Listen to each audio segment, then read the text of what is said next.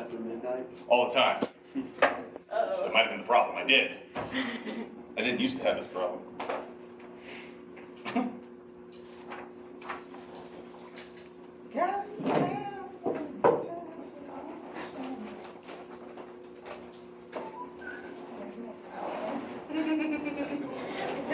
He was literally right at you.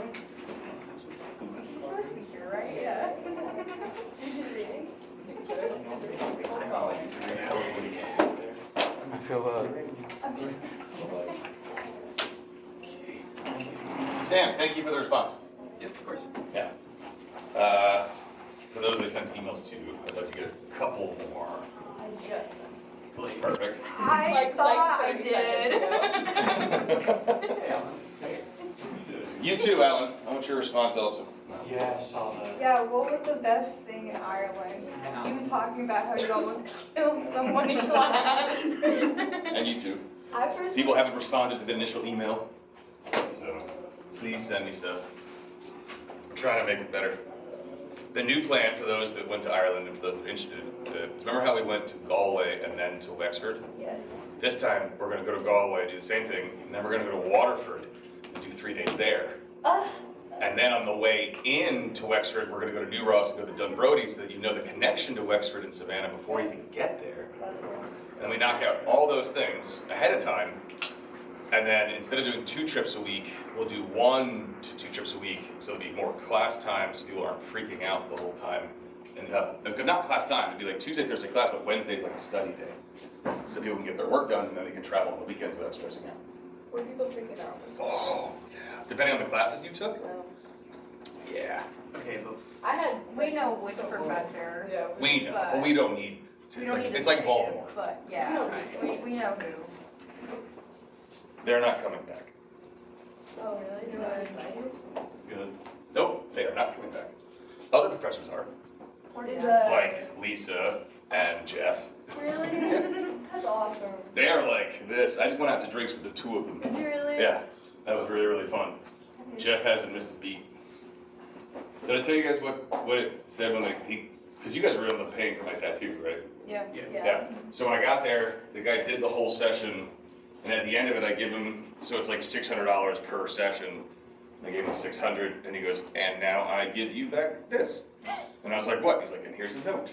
And it's the note said that it was from a bunch of leprechauns who, and it's just, there was like, oh, fuck off. And he was like, what, who, what? Because he didn't read the note. But Nerman, for 7 hours, didn't say a word. He's tattooing, he never said word one. It was pretty cool. So thank you all for that. That was very cool. But yeah, Dr. Jones and Dr. Costello coming back. And do you guys know Dr. Robert Yarborough in geography, anybody? So he was supposed to go last year, and then he couldn't, so he's coming this year. Oh, and Dr. Tubig's coming. Oh, cool. Yeah, so I'm not teaching this year, Dr. Tubig is. I'm going. They'll never take that away from me. Yeah. If you have a summer class, do they still let you walk at recreation? Yes, So theoretically, theoretically. if you bang for class for summer, Uh-huh.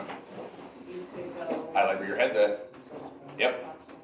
Yeah, so we had a guy 2 years ago, Will, who on purpose didn't take a class for his major that he needed to take because they were offering something similar that he could count as an elective towards it in Ireland. So he was supposed to graduate, but he took 1 less class than he was supposed to so he could take that 1 class in Ireland as a student still. And I gotta tell you something, he really didn't do any work until the last 2 days and then did all of it. He's like, I'm just going to Ireland, I'm not, you know. But yeah, so you can plan ahead. You can say, I'm graduate, you can walk. The 1 class, they will definitely let you walk. Because we don't have a August graduation, do we? I don't think so. No, just winter and spring, right? Then yeah, 100%. In fact, that actually hurts some kids because they, Unless you're online. you know, they need a class and they're not the best of students, and then they sign up for the summer version and they walk, and then they fail in the summer, so then they don't actually graduate. But obviously that wouldn't be the case. That's why some people are like, we shouldn't let them do that. It's like, that's dumb, we should. But yes, we can. I've actually told 2 kids to do that already. Yep, because like a senior, I can't go. Like, or. All right, so today I've changed the schedule. If you've never been in my class before, this happens. I was thinking about it, and we're still going to do the Phaedo on Tuesday. So if you read it, don't worry about it, that's fine. But I was going through my notes, and I realized that one of the most important proofs for the existence of God actually requires an understanding of Platonic forms and the theory of recollection.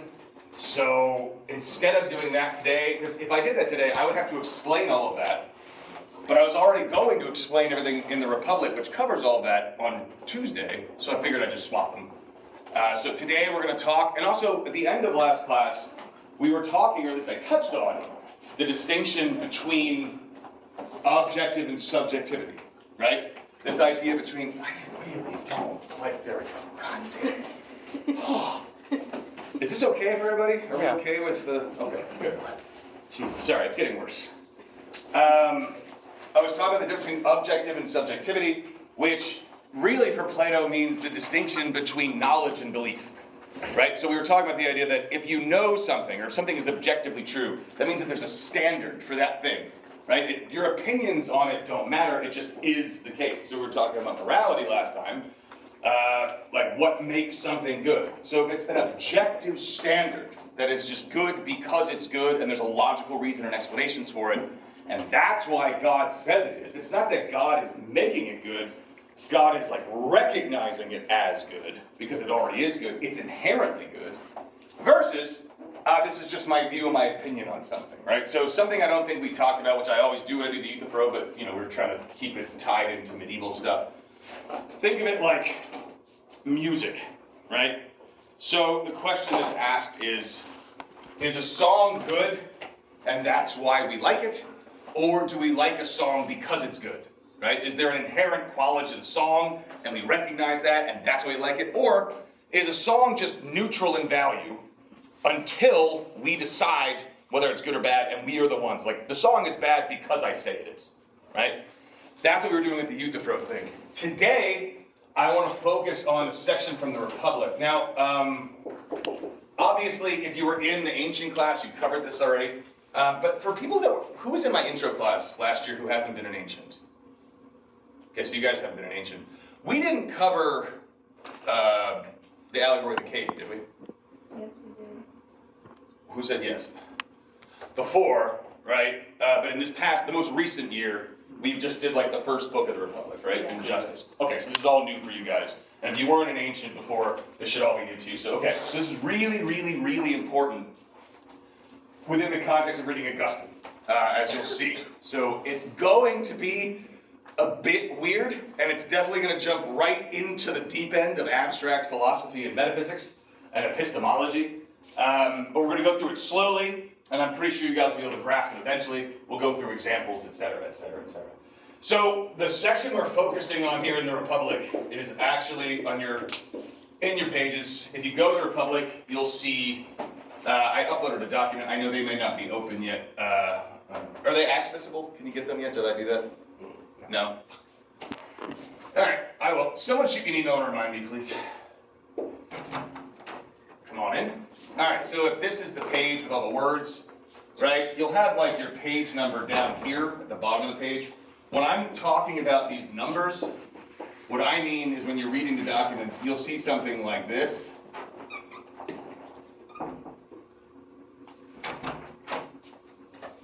Right?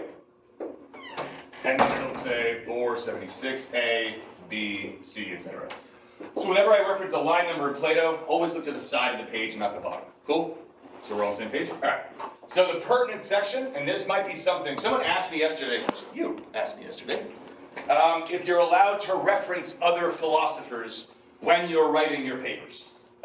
So for instance, if you were writing a paper on Augustine and you wanted to reference Kierkegaard, that's totally fine to do, but the rule is the other person you're talking about who is not of the medieval period can only take up 25% of your paper.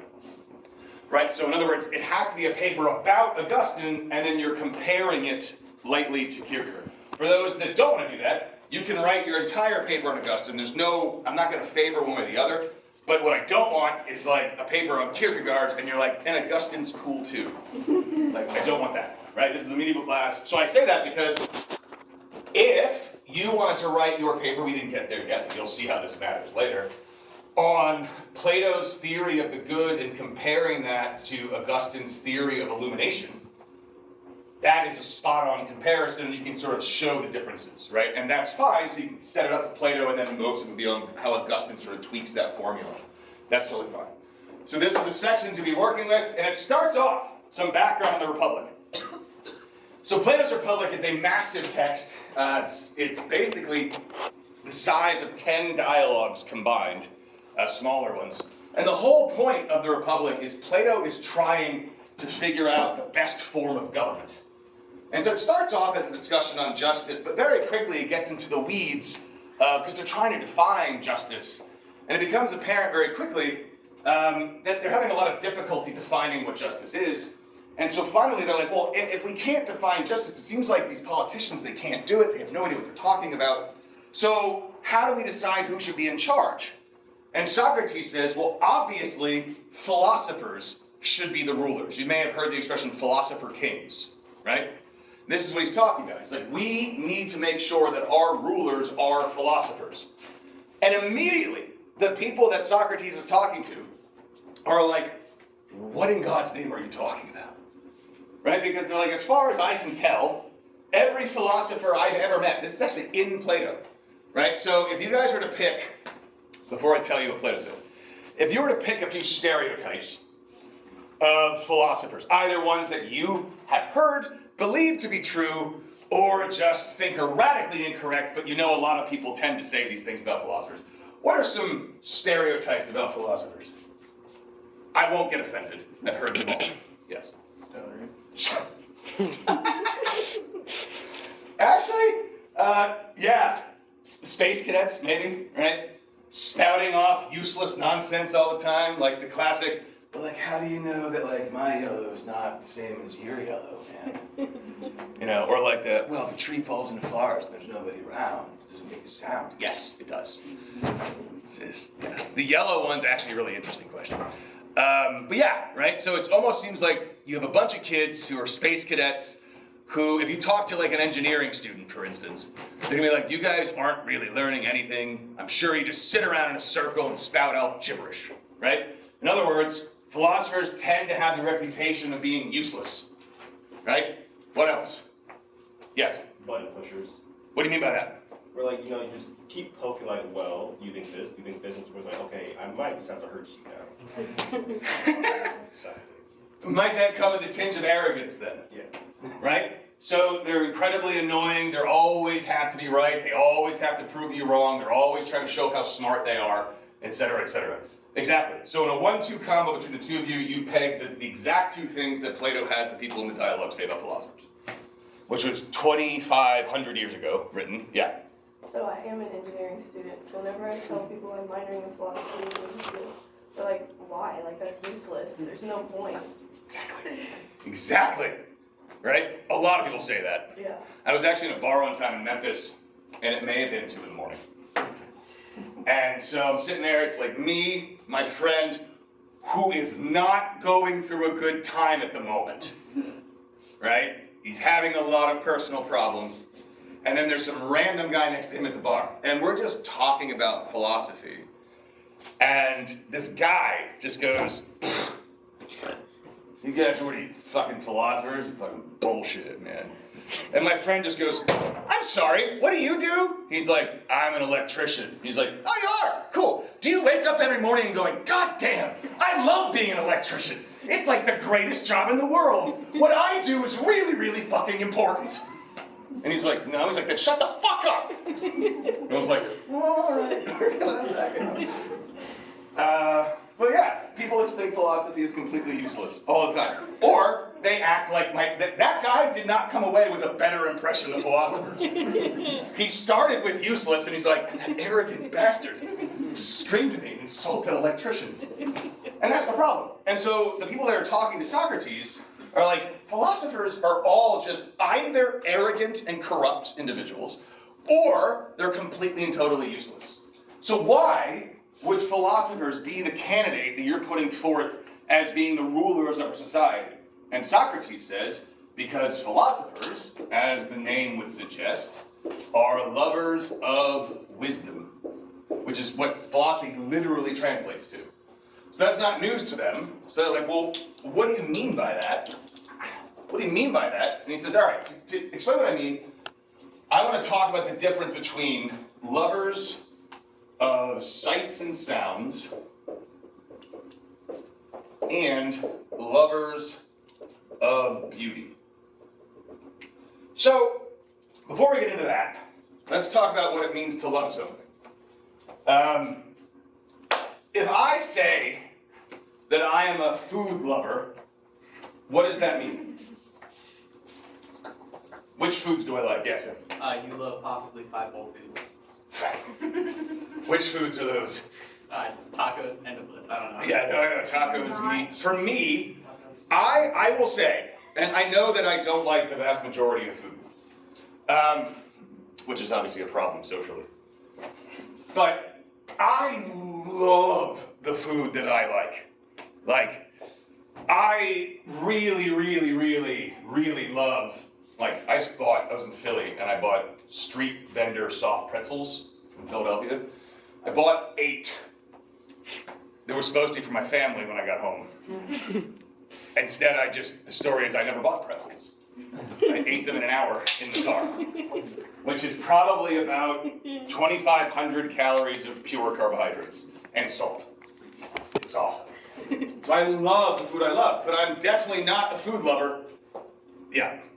Were you able to look your family in the eyes after you did that? Mm-hmm. But they knew. Yeah. Yeah, exactly. Like something about your intense discomfort. You're right. Yeah, I'm fine. Why? No, like if I'm a food, like Pamela is a food lover. Pamela loves, for those that don't know who that person is, that's my partner. It's just a random woman I'm talking about. She loves all food.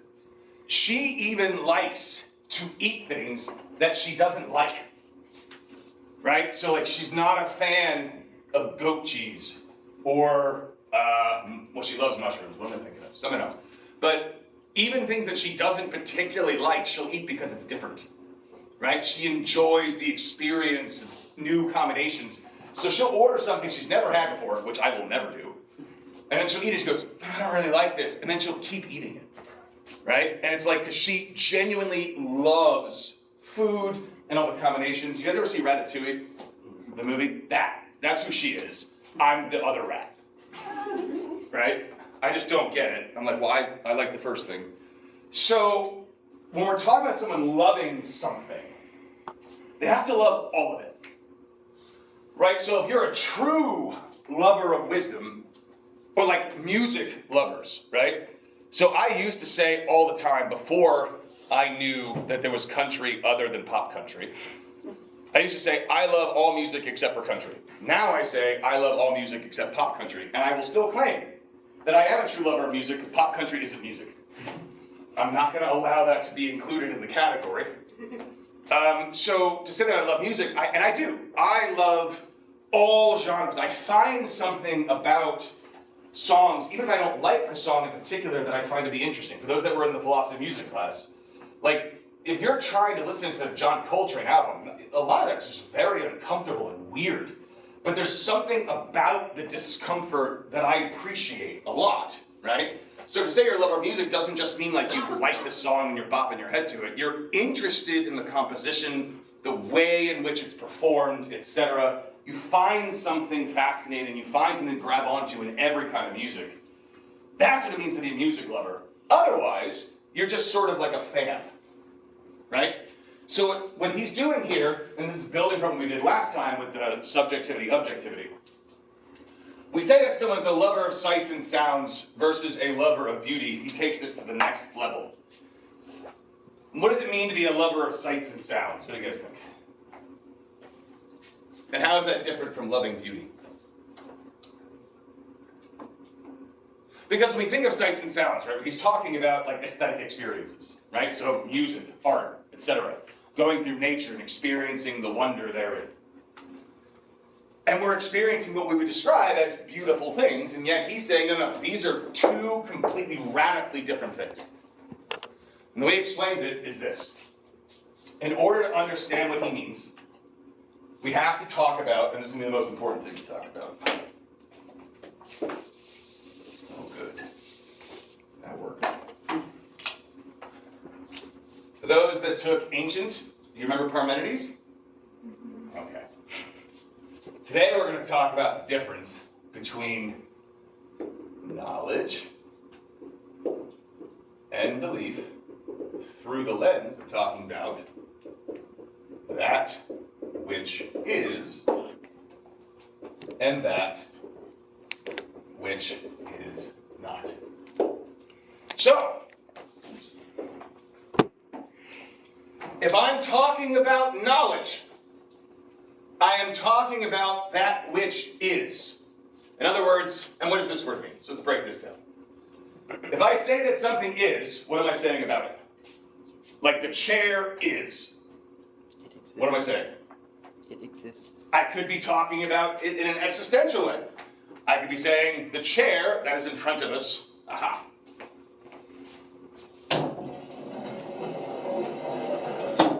This chair is, meaning it exists.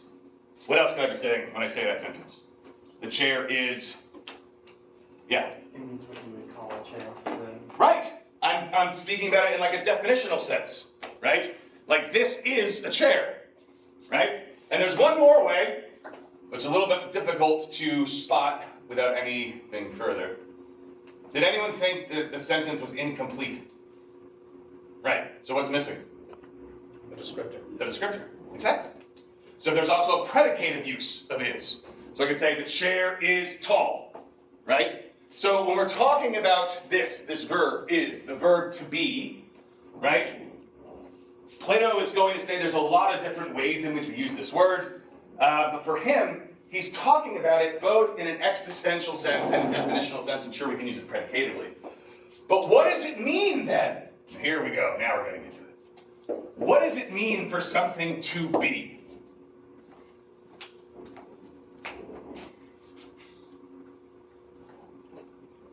If I'm going to say that I know something, Plato argues that that knowledge cannot change. It is eternal. It is universal. So for instance, to explain what I mean by this, and then we'll come back to it. I want everybody, let's see. Okay. Aha. Okay. So, I would like everybody to close their eyes. And I want you to imagine and put it in your mind's eye. We'll just do word association. Dog. Everybody got it? Okay. On the count of 3, say what breed it is. 1, 2, 3. Right. So I said dog, and you all thought of a very specific instance of what you thought a dog was. Right? Now, did anyone here pick Chihuahua? Good, because they're not dogs. They're rats. My Pamela had Chihuahuas growing up, and she wanted to get more. I said no, because I refused to walk a rat down the street. And I said, I grew up with big dogs that were like 100 pounds, and she grew up with 8-pound dogs. And so I was like, well, I would like a medium-sized dog. The funny thing about the word medium is it's subjective. We ended up with 15 pounds, which her argument was, you have doubled the size of my animal. And if we doubled my dogs growing up, it'd be a 200-pound beast. So I get it, but like 15 pounds, according to dog food, is still petite. So I feel like that wins the argument, but you know, I love my dogs now. Point is, you guys all thought of different instantiations of dog. All right, let's try another one. How about this? Don't close your eyes.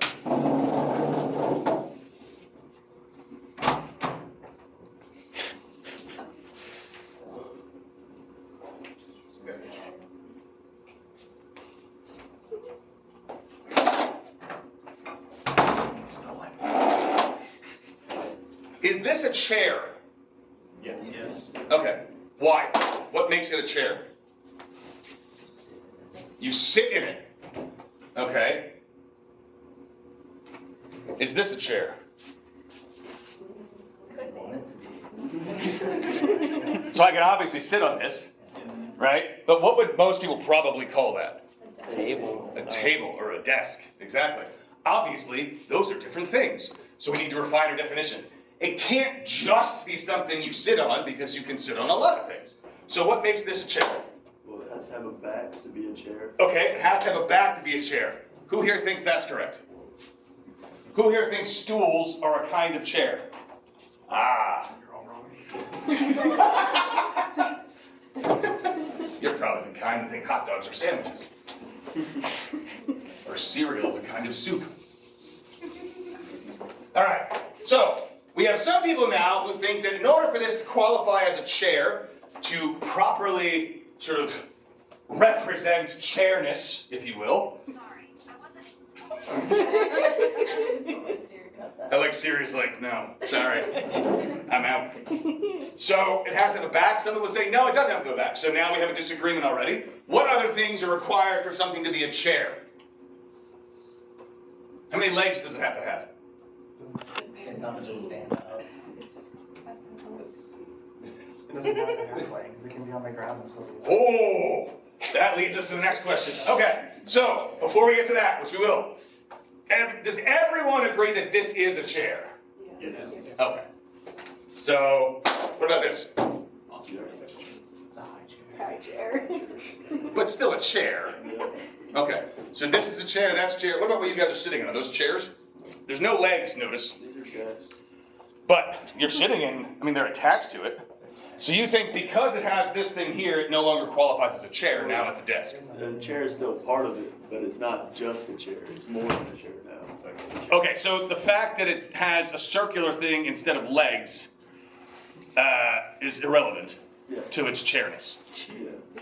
Okay, so now we have three different instantiations of chairs. Some people, probably all of you think that's a chair, but you mentioned the chair can be a chair if it's just laying on the ground, which I'm pretty sure you mean beanbag chairs. Now, is a beanbag chair a chair? Who here thinks a beanbag chair is a chair? 1, 2, 3, 4, 5, 6, 7. Who here thinks it's not a chair, it's a bag full of beans? Okay, so here's the thing.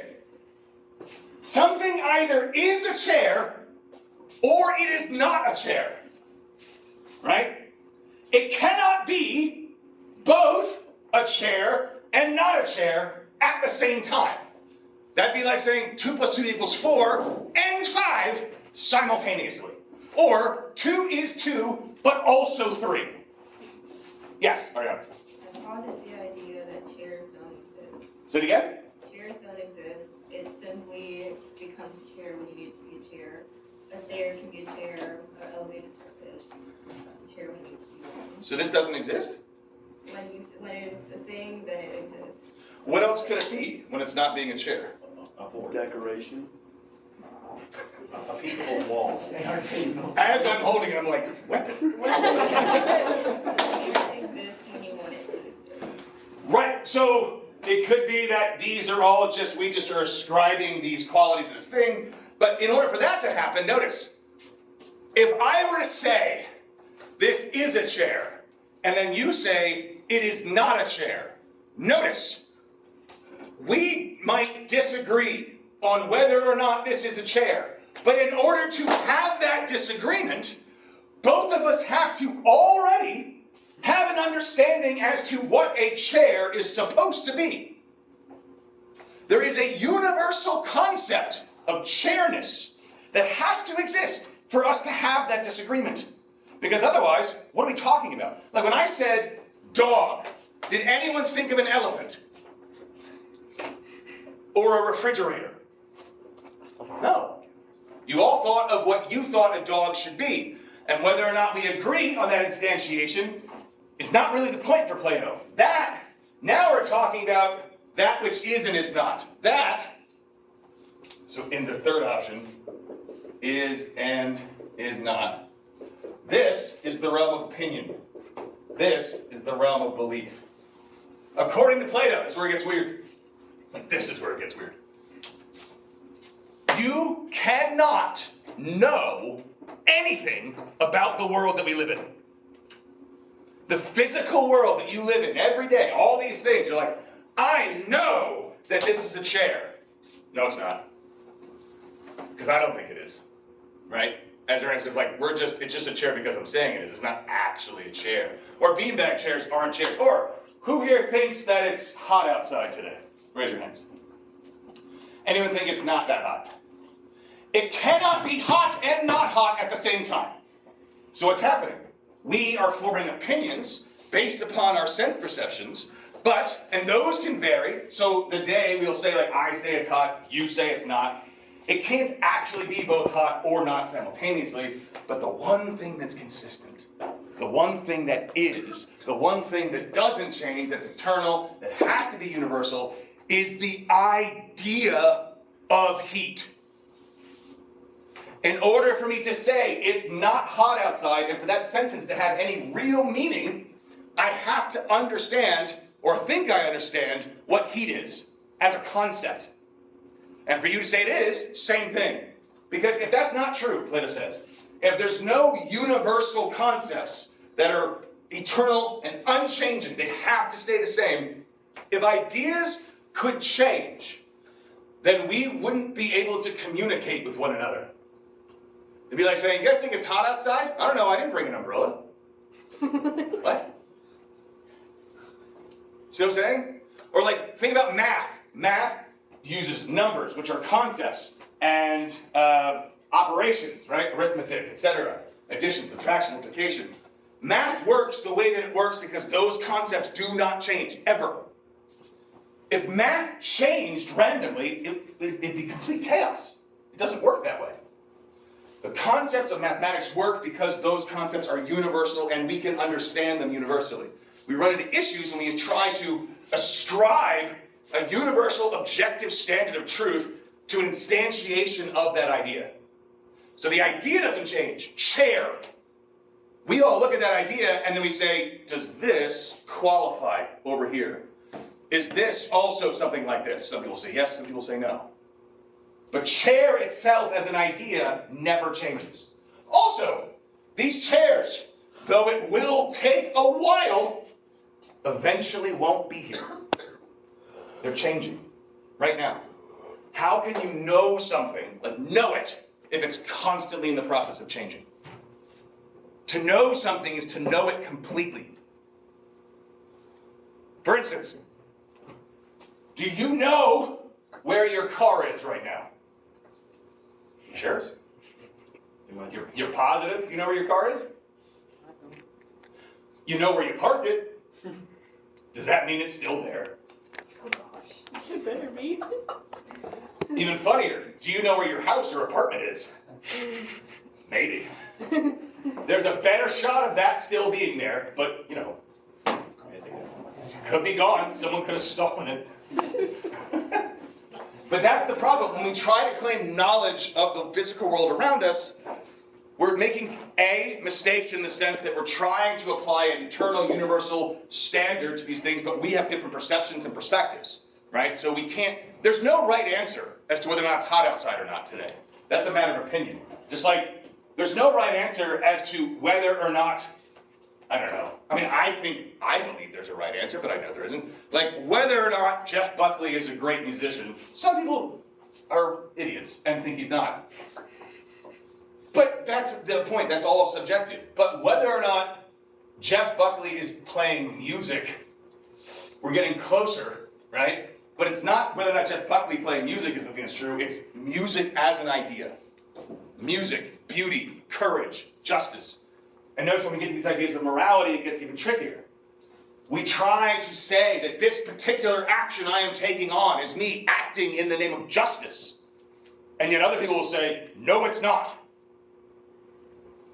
Or this particular person. Have you ever, like, had a friend who, like, started dating someone, but you haven't met that other person yet? And they keep talking about how, like, attractive they are, or beautiful, or whatever people say.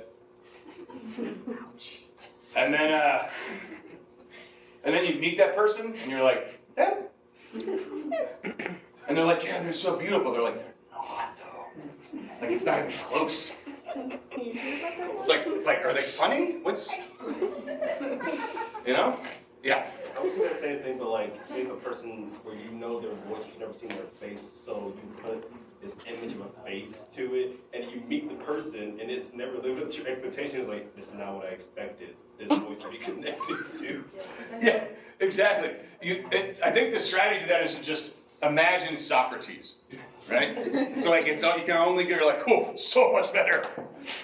Or actually, don't say that though, because they're gonna take it the wrong way. It's like, wow, you were way prettier than I thought you were gonna be. Whew. But yeah, so imagine, I want you guys to now close your eyes again, and I want you to see what Plato's talking about, and just show you how difficult it is to really grasp what he's getting at here. So I want you all to close your eyes, clear your mind's eye, and I want you to just imagine and hold on to the first thing that pops into your head. Ready? Beauty. Everybody got it? Okay, now, who here wants to volunteer what they thought of? Yes? My cats. Your cat, you said? My cats. Okay, what else? Anyone else? Yep, Kendall Jenner. okay. Yeah, A scenic natural landscape. okay. All excellent answers. The point is, you all thought of things that you thought were beautiful. I'm sure Kendall Jenner would have an issue with that. Classification. I'm sticking to it. So, you all thought of individual objects, things, people, whatever you thought of, but they were all things that you thought share in the quality of beauty. Did anyone think of beauty itself? Because I didn't say beautiful thing, I said think of beauty. The question is, how does one do that? How do you think about a concept completely removed from its attachment to objects in the world? How do we contemplate what it means to be courageous without thinking about actions that we would deem to be so? Right? What makes something courageous? Because if we're going to get to some kind of truth as to courage, for instance, if I can't define courage without using examples to do so, then how do I know the examples I'm using to define it are actually courageous? Does that make sense? Like, don't I have to know what courage is in order to say that action is an instance of courage? Because courage isn't so easy. Like, this is one of the things that Plato's going to ask us. He's going to say, okay, so what is courage? And someone might say something like, well, courage is standing your ground on the battlefield in the face of your enemy. And all of us will be like, wow, you know, maybe, I mean, even if war isn't your thing, like, one must admit, they're like, well, but I would be terrified if that happened to me. And so I imagine it takes a lot of courage to do that. And then the immediate question after that is, always? Were the Nazis courageous when they charged the battlefield in the face of their enemy? Is there a distinction between being on the right side of justice? So is it the action itself, facing your enemy? Because I assure you those soldiers were terrified when they weren't hopped up on meth. If you don't know that, that's a fact. The Nazis distributed methamphetamine to all of their soldiers. And there's even reports, like when they invaded France, they're like, it's like they're not sleeping! Because they weren't. Yeah. And you can read letters of German soldiers home to their parents asking, because you could buy meth over the counter. It was called Pervitin. And they would ask their parents to send them Pervitin tablets. Because they were now addicts and they didn't get enough. Yeah. Could you say that like the gods themselves in Greece were like the personifications of these things, like as like a physical of it? Well, Plato's going to push back against that though, right? Because then he's going to say, well, look, have you read mythology? Okay, so, my alarm said, I won't do this. It said, don't fucking do it. I forget why. I forget why I wrote that alarm. So now I'm like, uh-oh.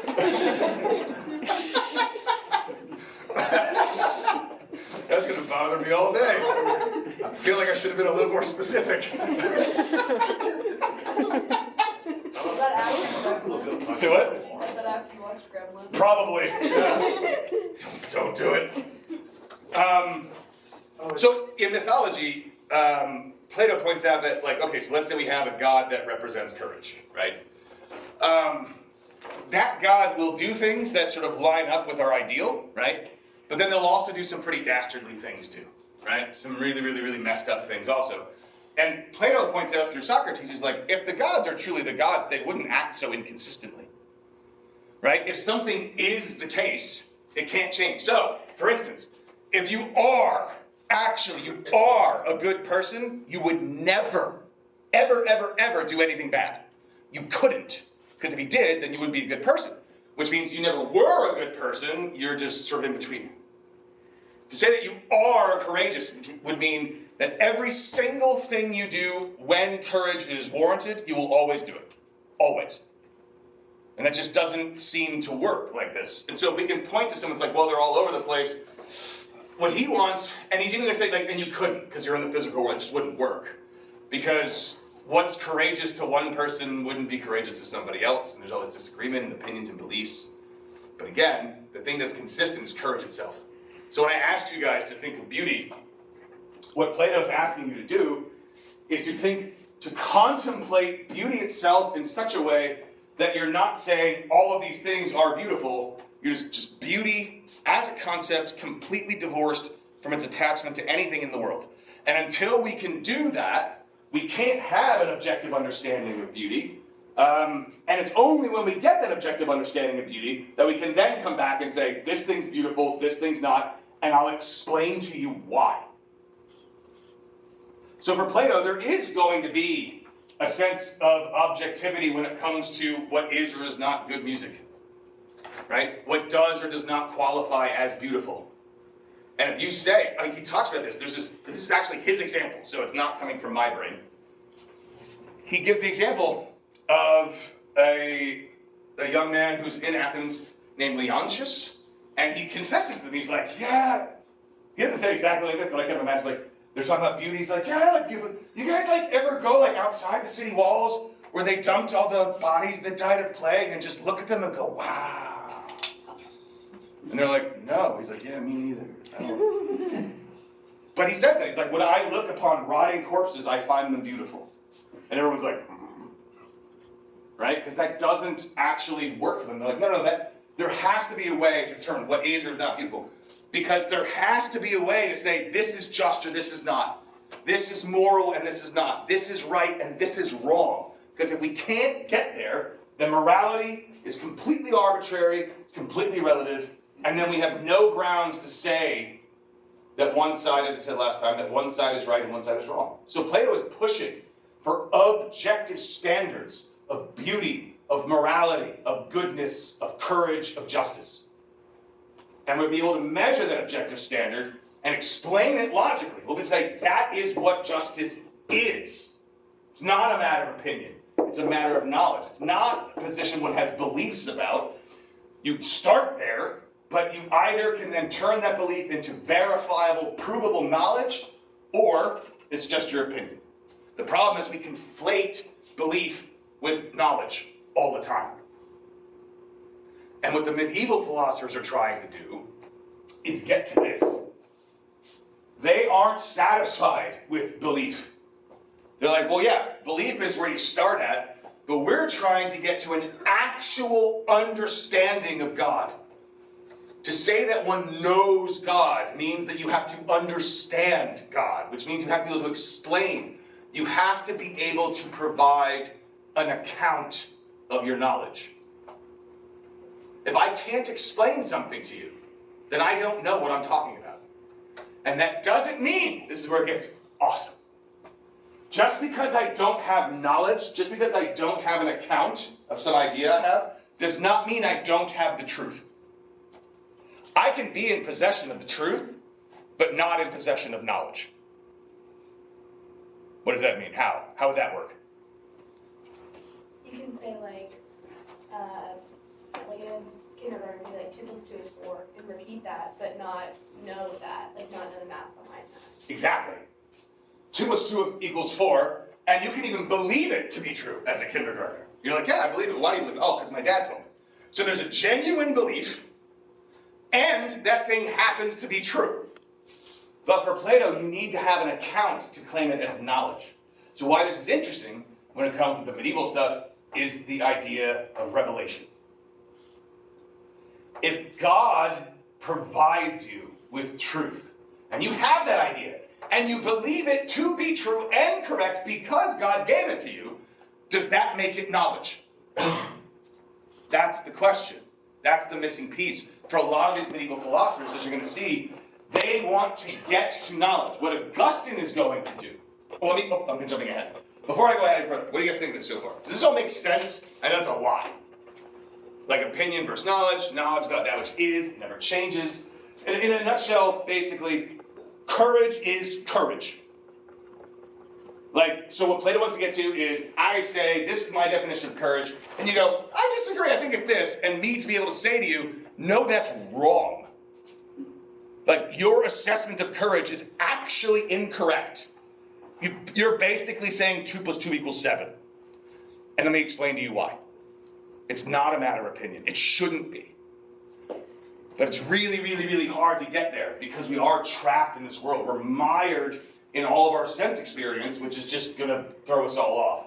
There's a philosopher named Protagoras, same time frame, who very famously said, man is the measure of all things. What does that mean? It's the opposite of what Plato's saying. I'll give you a hint. But what does it mean to say man is the measure of all things? We create the truth by how we perceive it.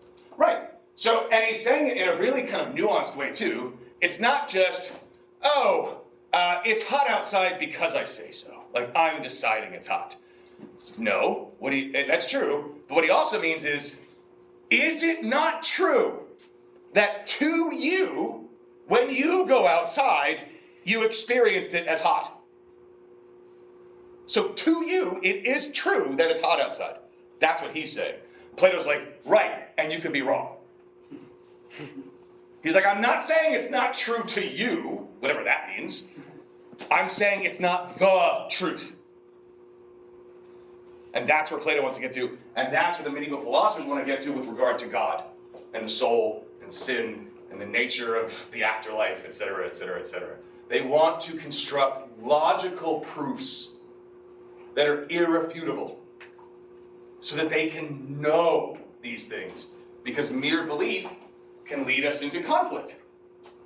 Think about how many different interpretations of the Bible there exist today. Do you know? Has anyone here raised Catholic? Right, because Catholicism's a cult, I've been told. When I didn't hear that until I moved to Memphis. It was really quickly, someone told me that. I just mentioned, I was like, yeah, I was raised Catholic. No, that's not how it started.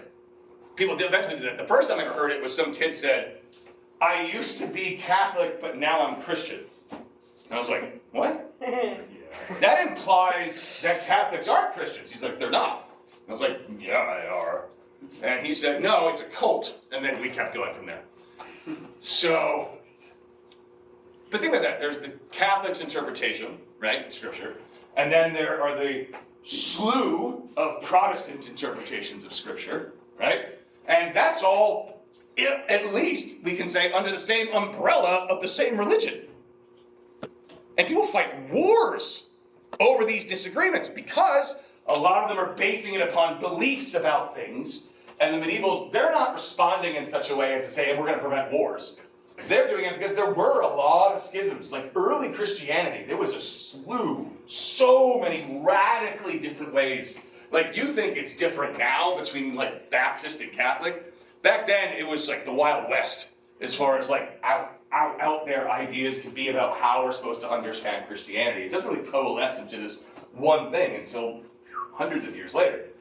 So for them, they're looking at it like, if we can get to certain knowledge about these things, how to understand God, how to interpret Scripture, then there won't be any of these disagreements, and we'll know.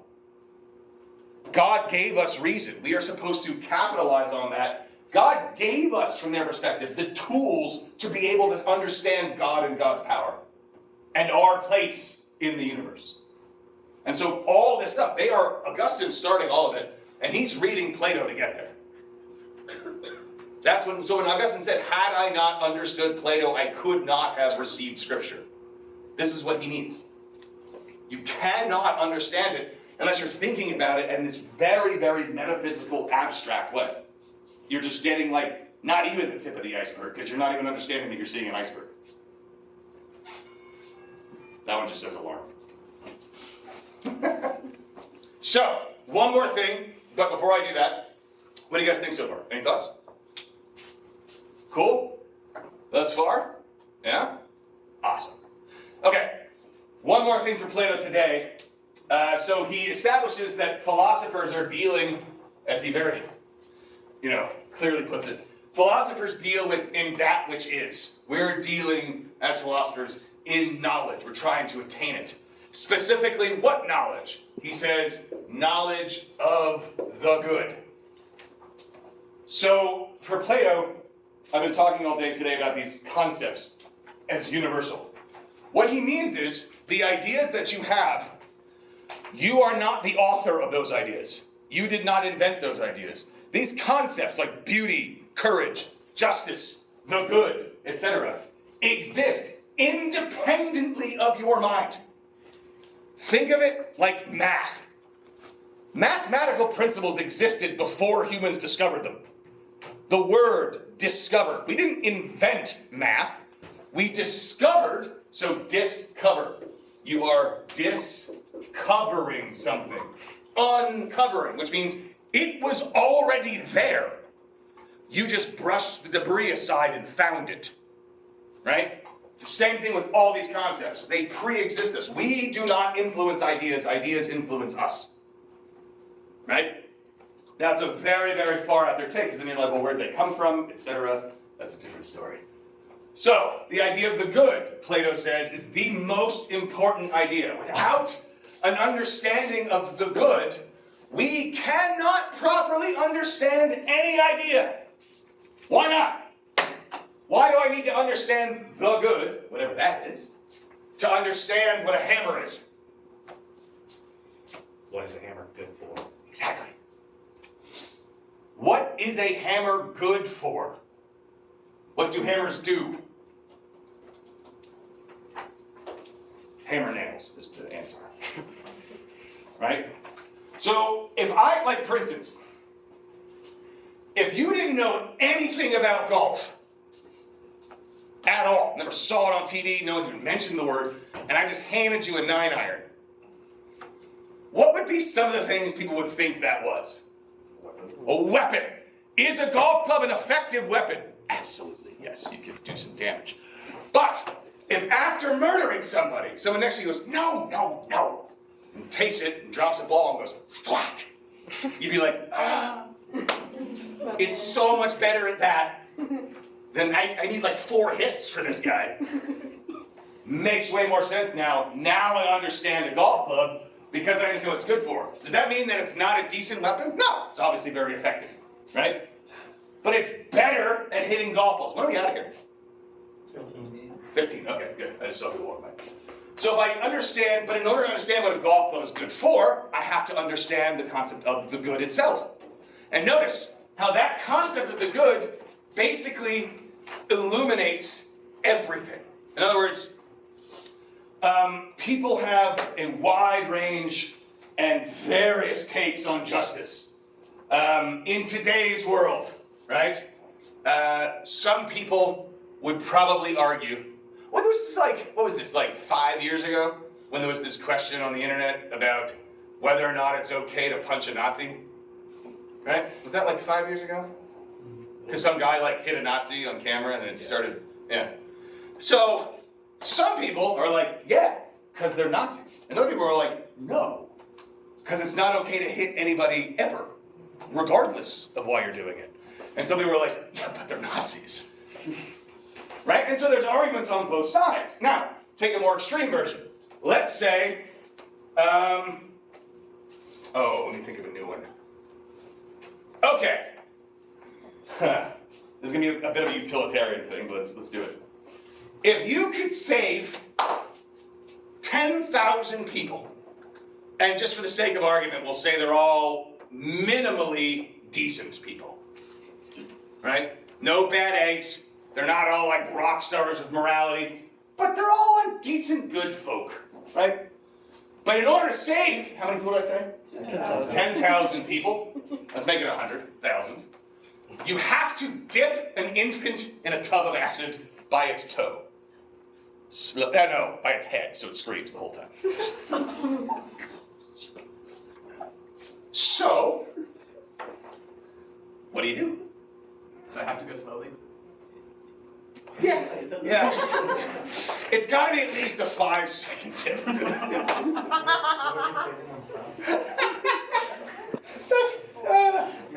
not sure why I laughed at that, but it was objectively funny. But yeah, so you're saving 10,000, 100,000 people, but you got to do the slow looking at its eyes the whole time dip of the baby. Some people would say that not doing it is horribly unjust because you are allowing 100,000 decent, good people to die just because you have sensibilities. And other people would be like, you're dipping a baby in acid. And why aren't we going after the guy who's causing this? Et cetera, et cetera, et cetera. Right? Now, let's imagine someone's like, no, I think that it's okay to dip as many babies as possible in acid because we have a hunger problem on the planet.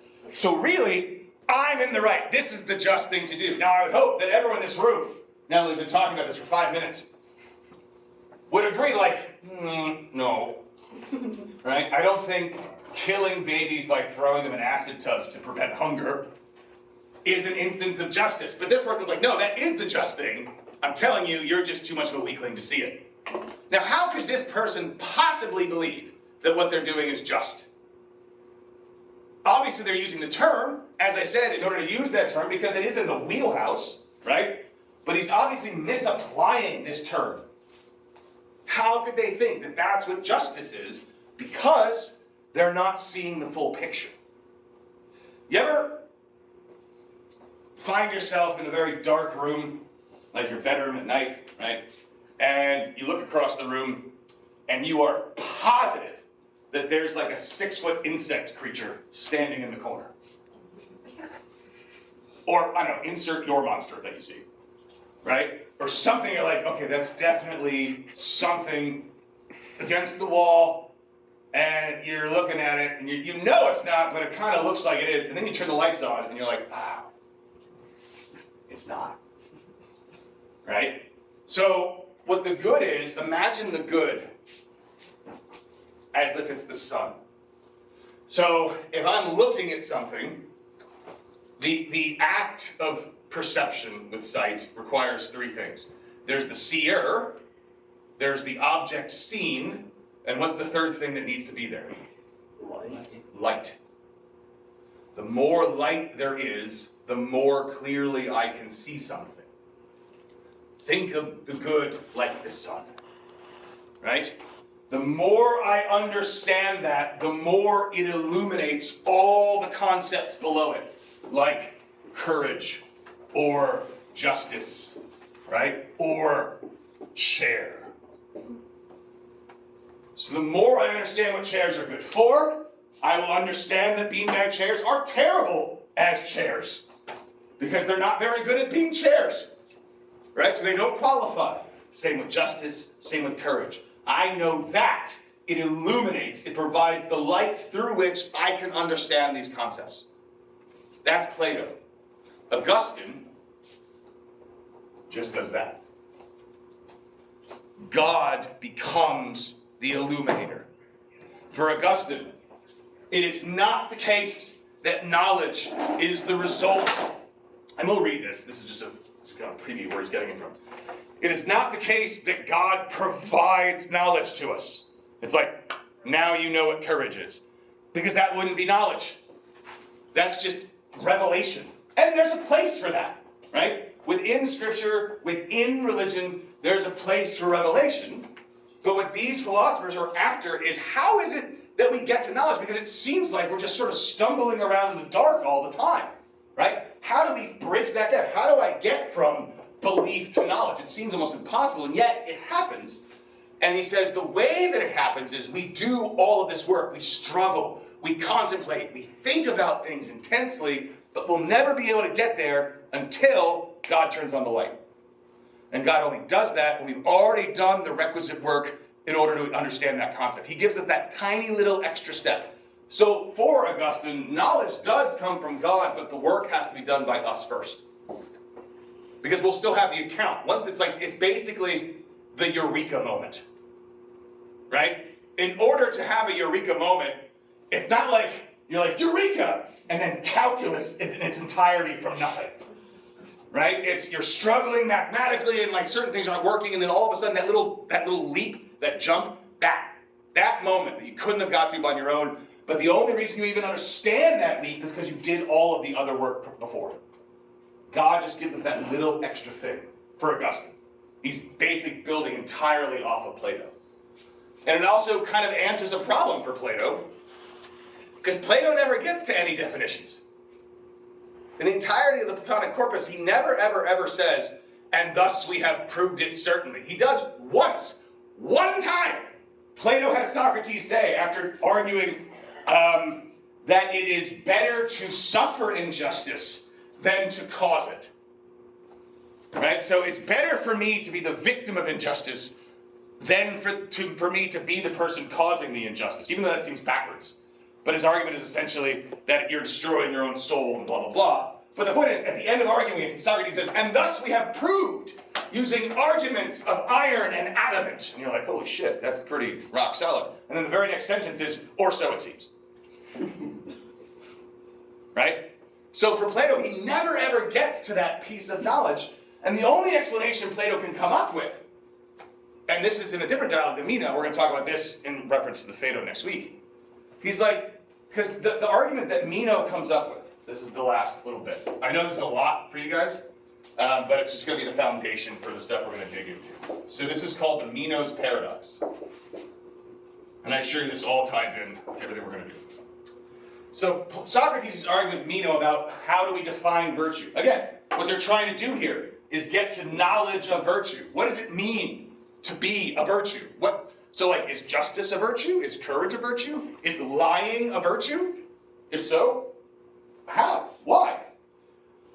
So after going back and forth, Meno gives various definitions of virtue, and Socrates just completely destroys them and tears them apart. And finally, Meno, who is clever, gets pissed off and goes, well, if we're going to sit here and say that we don't have any understanding or current knowledge of virtue, it seems like we would have to then learn it to get there. And he's like, yeah. He's like, but to me it seems like learning's not possible. And he goes, what do you mean? He goes, well, if I already know something, can I learn it? If I already know it, is it possible for me to learn it again? What's learning? Coming to know something. So if I know something, I can't learn it. I already know it. So if I know something, I can't learn it. But also, if I don't know something,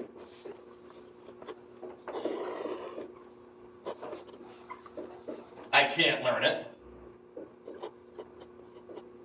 Because I wouldn't know what it was when I found it. So for instance, I want everybody to go outside and find me a widget.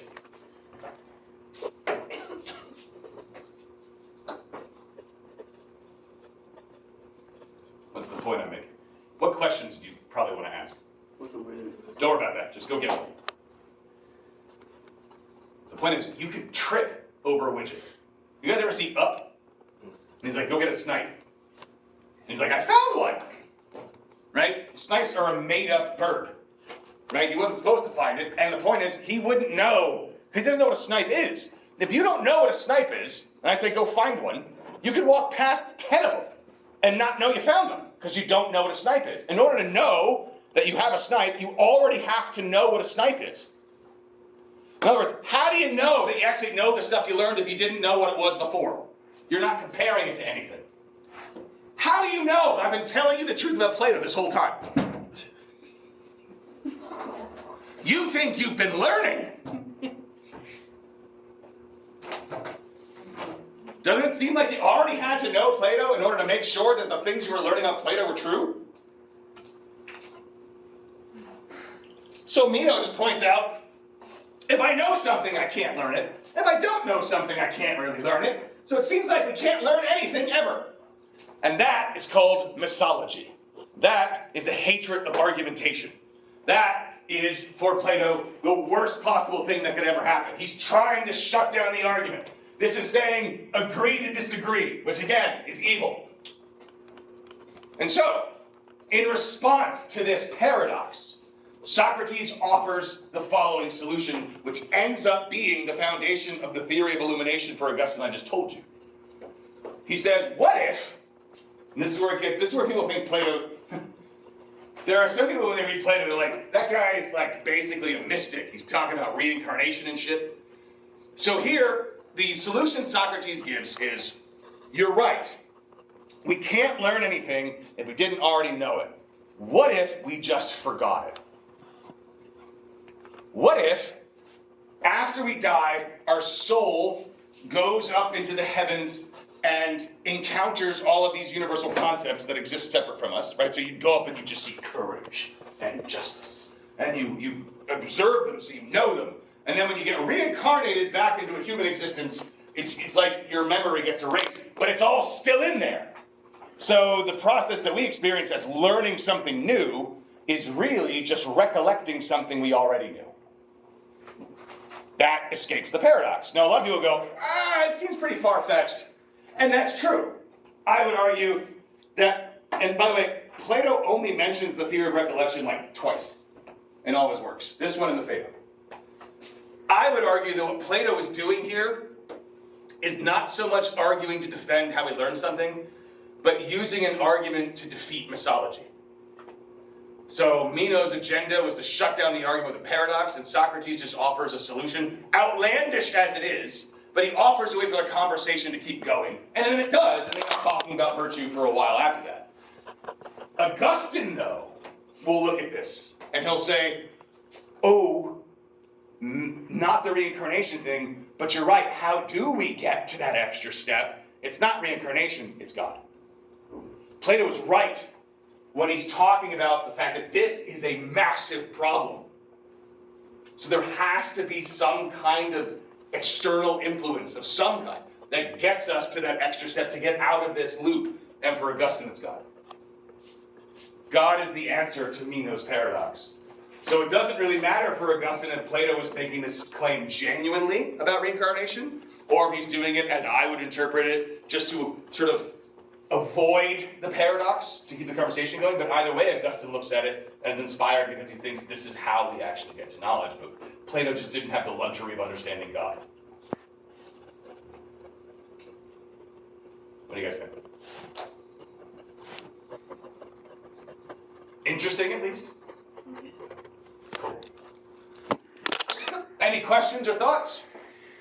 There was a lot of Plato in like a one class. Yeah. This is unrelated, but have you seen that one website that just has like a ton of ridiculous problems? No, but that sounds awesome. It's Yeah, it's like little wrinkles just to add in. You know, it starts off with the normal one, like kill one person to save 5, and then like it gets ridiculous, and like later on, one of them is like, would you rather kill an infinite number of people or kill 100 people infinite number of times? Oh God. And then it just The second one sounds time consuming. An infinite number of people. All at once? Yeah, no, well, I mean, I guess it just goes down the line. Yeah. Or there's just like a circle of like a finite number of people and they die an infinite number of times. Jesus, that's cruel. But the other one seems lonely. 100 people. I don't know. Can I pick the 100? Yes. That one then. Anyone? And then just keep walking by, everyone's all going, you brought this on yourself. All right, if there's no other questions, so again, this is the foundation, because just some things to keep in mind when moving forward. We are going to do another day on Plato, because I want to show you guys the 5 proofs for the immortality of the soul, because that's a sort of a fun way to start talking about the kinds of proofs we're going to be doing in the medieval stuff, because they're a lot harder to read. And then we'll do a day on Aristotle, and then after that, so we won't start the actual medieval stuff until after next week, but it's all foundation. But some thoughts, keep in your mind, the distinction between knowledge and belief and our efforts to get here, what that actually means. And also the sort of distinction or the connection between Plato's theory of recollection, right? So this, we come to know things through recollection versus God as the solution, as the illuminator of our ideas, etc., etc. And you'll see this will all be very, very much coming in handy when we get there. So yeah, one more point, yeah. So is there someday we can start, we walk in, have like a probably med setup that Sure. we can all go. Yeah, we can go for fun, get things, yeah, it'll be fun. Can we add some? I think we can make up something pretty sadistic. Pretty fun. Where's your sense of adventure? Like, I want to read something and people just go, Jesus. That's what I want. All right, guys.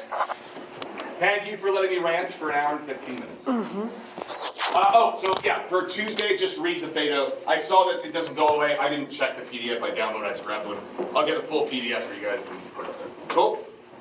Works? All right.